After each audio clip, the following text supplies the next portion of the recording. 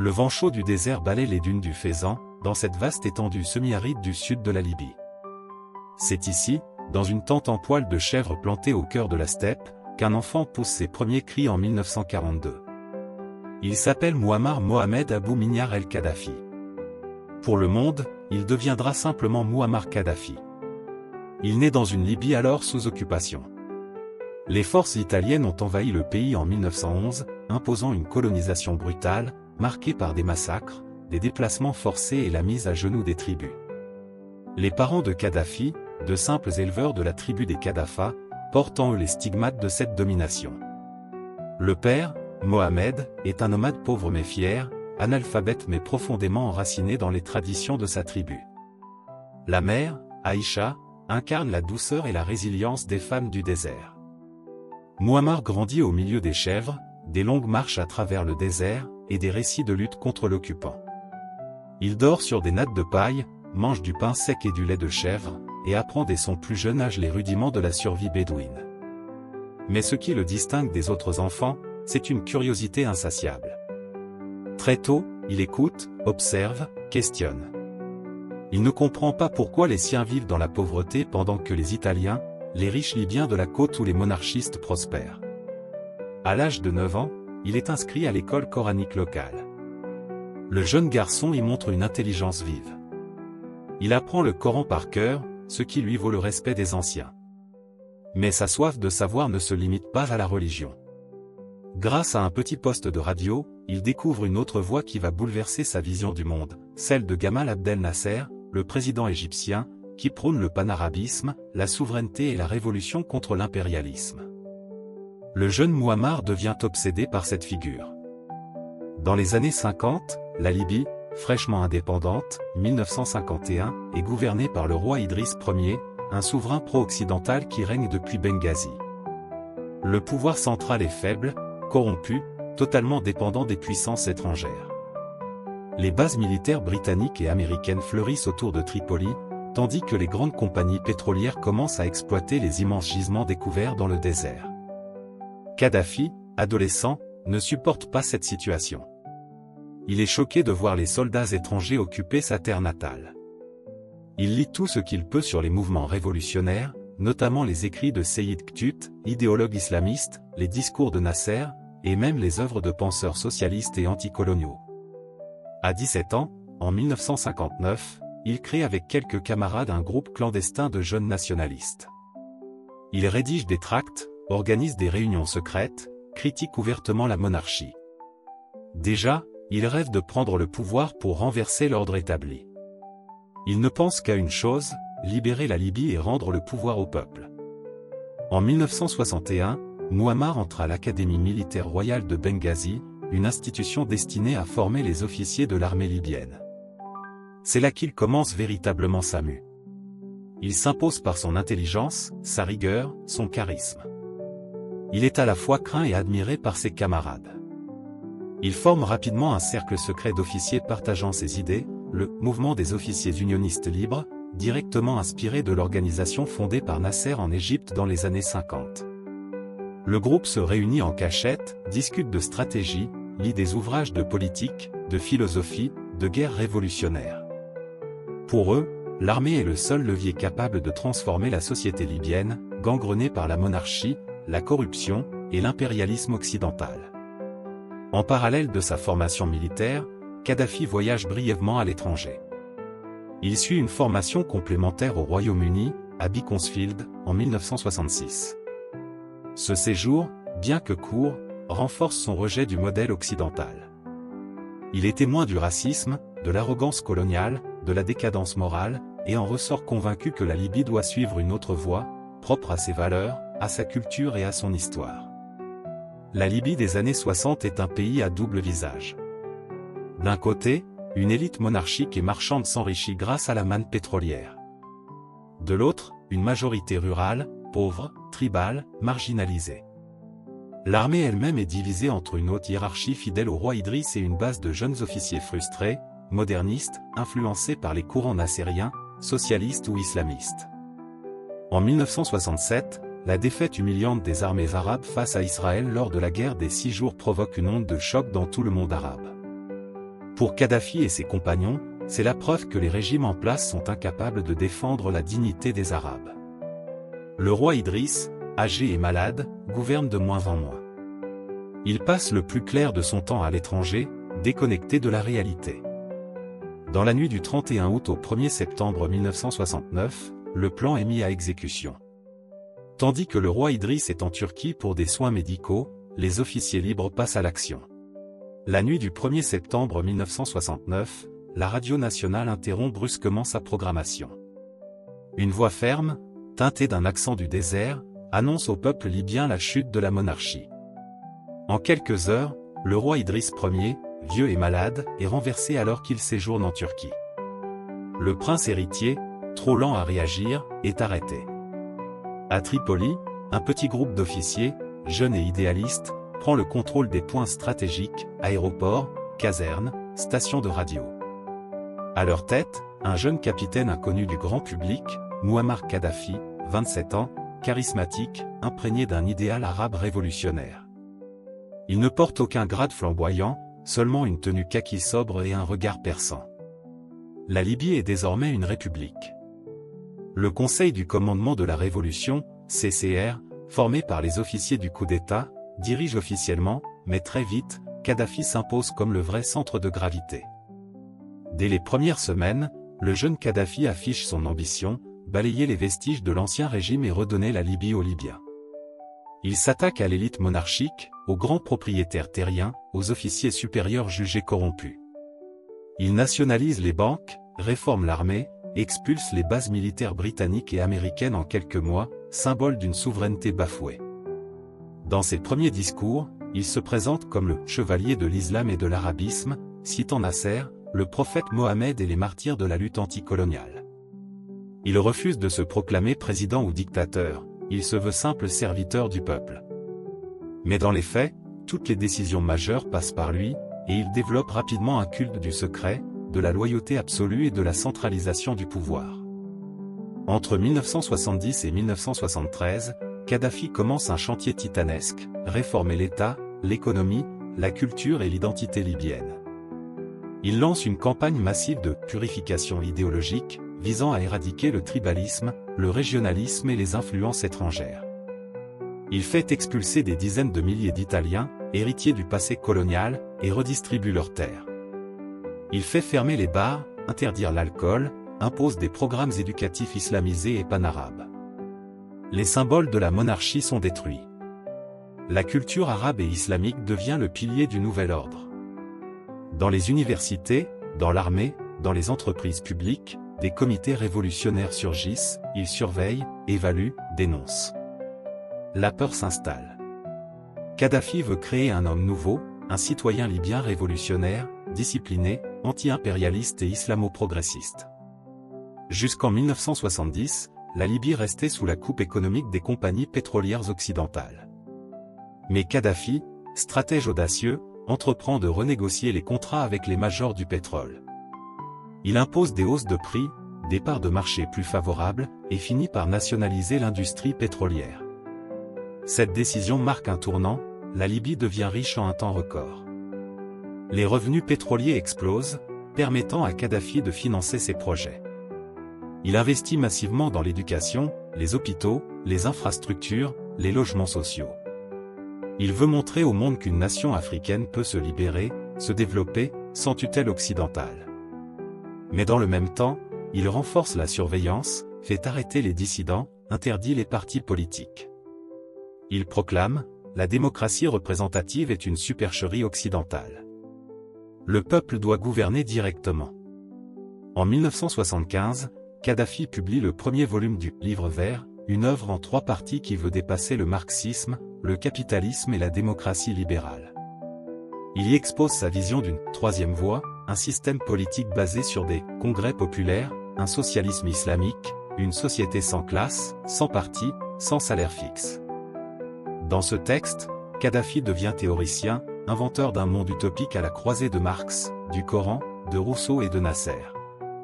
Il y mêle des idées progressistes, liberté des femmes, éducation pour tous, et des propos fantasques ou autoritaires, refus du parlementarisme, mépris de la liberté de presse. Le livre vert devient la doctrine officielle de l'État libyen, enseignée dans les écoles, récitée dans les médias, imposée à tous les fonctionnaires. À cette époque, Kadhafi façonne son image comme un héros révolutionnaire à part. Il refuse de vivre dans des palais. Il installe sa tente dans les jardins officiels, s'habille souvent en tenue traditionnelle bédouine ou en uniforme flamboyant orné de médailles. Il adopte des postures théâtrales, bras levés, gestes amples, discours interminables. Il n'utilise jamais de prompteur, préférant parler à l'instinct, alternant citations religieuses, phrases chocs et envolées lyriques. Il s'adresse directement au peuple libyen, aux masses arabes, aux opprimés du monde. Peu à peu, il devient une figure quasi mystique, célébrée par la propagande comme le frère guide, le leader éternel, le fils du désert, le libérateur des pauvres.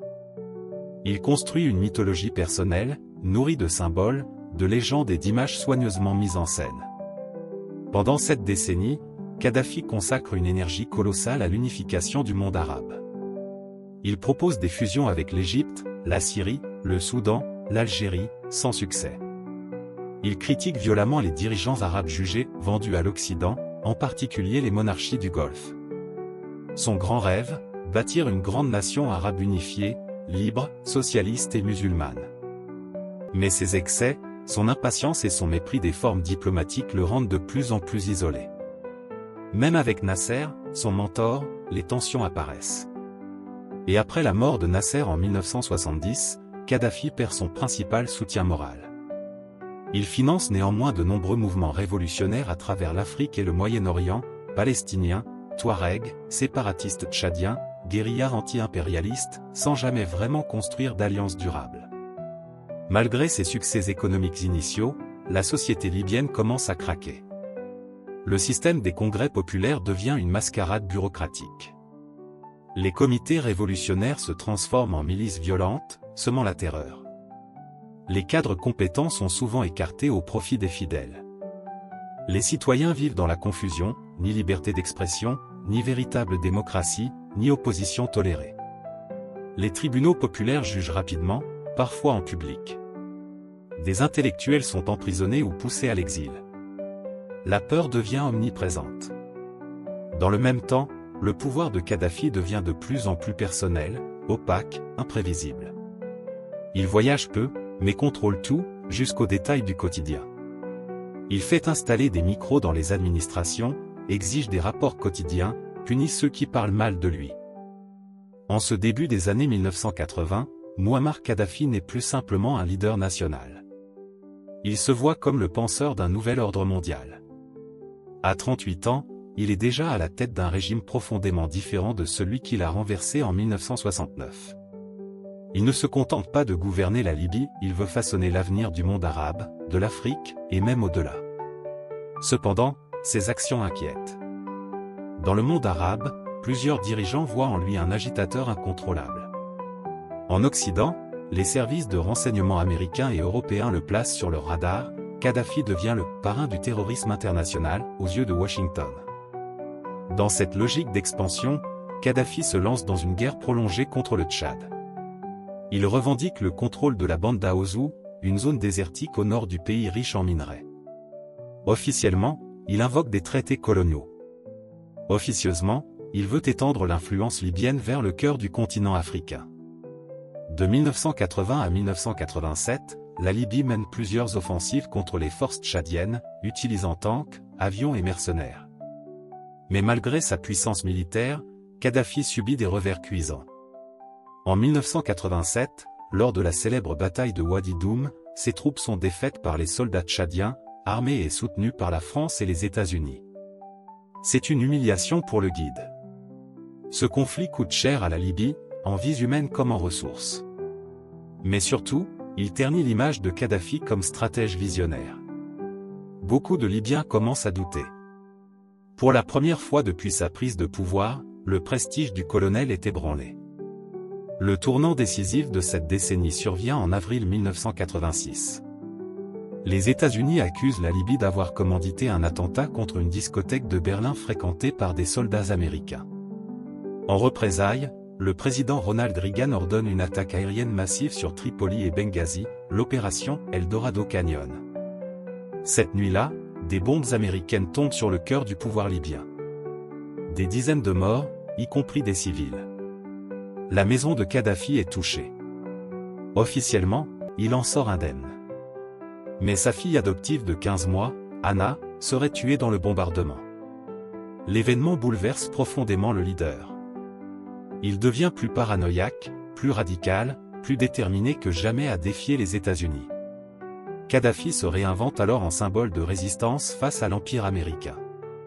Il se présente comme le seul chef arabe assez courageux pour affronter l'Occident.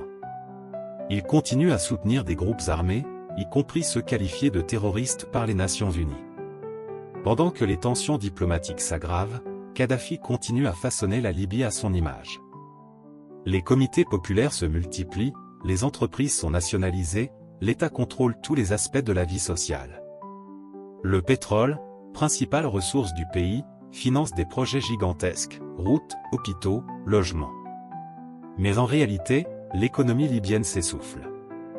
La corruption gangrène les structures, les élites s'enrichissent tandis que la population s'impatiente. La liberté d'expression est inexistante. Toute critique est perçue comme une trahison. Les opposants sont pourchassés, exécutés ou contraints à l'exil. Le régime devient de plus en plus fermé, contrôlé par un petit cercle de fidèles. Kadhafi lui-même se coupe du peuple, passant de plus en plus de temps dans ses camps de tente, ou enfermé dans ses réflexions idéologiques. Les années 1980 auront été pour Mouammar Kadhafi une décennie de contradictions. D'un côté, il tente de réaliser son rêve d'unité arabe et africaine, d'exporter sa révolution et de faire émerger une alternative au capitalisme et au communisme. De l'autre, il mène des guerres coûteuses, se coupe du monde et de son propre peuple, et devient l'un des dirigeants les plus controversés de la planète. Le colonel n'a jamais été aussi puissant, mais jamais aussi seul. Derrière le charisme, l'arrogance et les discours flamboyants, se profile une inquiétude, presque une peur, celle de perdre le contrôle.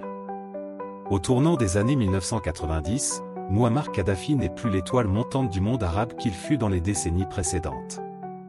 Son rêve de grandeur panafricaine se heurte à une série de revers politiques, diplomatiques et militaires. Pourtant, loin de renoncer, il entame une nouvelle mue, adoptant un double langage, celui du repenti vis-à-vis de l'Occident et celui du guide éternel d'une révolution toujours en quête de gloire. Mais la dernière décennie de son règne sera marquée par un isolement progressif, une colère populaire grandissante, et une fin tragique qui bouleversera toute la région. Les années 1990 débutent sous le signe de la tension. En 1988, l'attentat contre le vol Pan AM-103 au-dessus de Lockerbie, en Écosse, avait fait 270 morts. Très vite, le régime de Kadhafi est pointé du doigt. Les services de renseignement occidentaux accusent deux Libyens liés au service secret de Tripoli. Mais Kadhafi nie toute implication directe, tout en refusant d'extrader les suspects. Cette posture intransigeante entraîne des sanctions sévères. En 1992, l'ONU adopte une série de sanctions économiques et aériennes contre la Libye. Le pays est isolé. Son économie, déjà fragilisée par la mauvaise gestion interne, s'effondre. Les vols internationaux sont suspendus, les investissements étrangers gelés, et les exportations libyennes drastiquement réduites. Tripoli devient une ville fantôme pour les hommes d'affaires et les diplomates occidentaux. Pourtant, Kadhafi reste ferme, entouré de son cercle de fidèles, persuadé que le temps jouera en sa faveur. Pour compenser cet isolement, Kadhafi renforce ses liens avec l'Afrique. Il développe des alliances stratégiques avec plusieurs chefs d'État africains, les soutenant financièrement, offrant armes et aide militaire, en échange de leur loyauté. Le colonel devient un mécène africain, un chef de file d'un contre-pouvoir au nouvel ordre mondial dicté par l'Occident. Il finance des projets d'intégration, participe à la création de l'Union africaine, et rêve toujours d'un passeport africain, d'un gouvernement unique et d'une armée continentale. En parallèle, Kadhafi cherche à adoucir son image sur la scène mondiale. Il commence à s'ouvrir, du moins en apparence, à la diplomatie. En 1999, après plus de 10 ans de blocage, il accepte finalement la remise à la justice écossaise des deux suspects de Lockerbie. Ce geste marque un tournant. Il amorce le retour progressif de la Libye dans le concert des nations. Le guide entame alors l'un des chapitres les plus paradoxaux de sa carrière politique. Le début des années 2000 voit un Kadhafi pragmatique, désireux de se repositionner dans un monde bouleversé par les attentats du 11 septembre 2001. Craignant que la Libye ne soit la prochaine cible d'une guerre comme celle lancée contre l'Irak, le colonel anticipe. Il joue la carte de la réconciliation. En 2003, il reconnaît la responsabilité de la Libye dans l'attentat de Lockerbie et accepte de verser des indemnisations aux familles des victimes. Il annonce également l'abandon de son programme d'armes de destruction massive, y compris le nucléaire. Ce revirement spectaculaire est salué en Occident. Le président américain George W. Bush et le premier ministre britannique Tony Blair voient en Kadhafi un exemple de conversion diplomatique. Pour la première fois depuis des décennies, le colonel est reçu en grande pompe sur les places diplomatiques mondiales. Des multinationales, en particulier dans le domaine pétrolier, affluant à Tripoli pour signer des contrats. La Libye est de nouveau ouverte aux investissements. L'argent du pétrole coule à flot. Mais derrière cette façade de respectabilité, Kadhafi n'a rien perdu de sa paranoïa. Il reste convaincu que ses ennemis sont partout. Il continue à réprimer toute forme d'opposition, à emprisonner les dissidents, à censurer les médias. Les prisons libyennes restent pleines de voix contestataires. Son système politique, fondé sur les comités révolutionnaires et le livre vert, demeure inchangé. Le peuple, bien que mieux nourri, n'a pas davantage de liberté. Kadhafi règne sans partage, tout en multipliant les gestes de séduction. Le colonel cultive alors une image folklorique à l'étranger.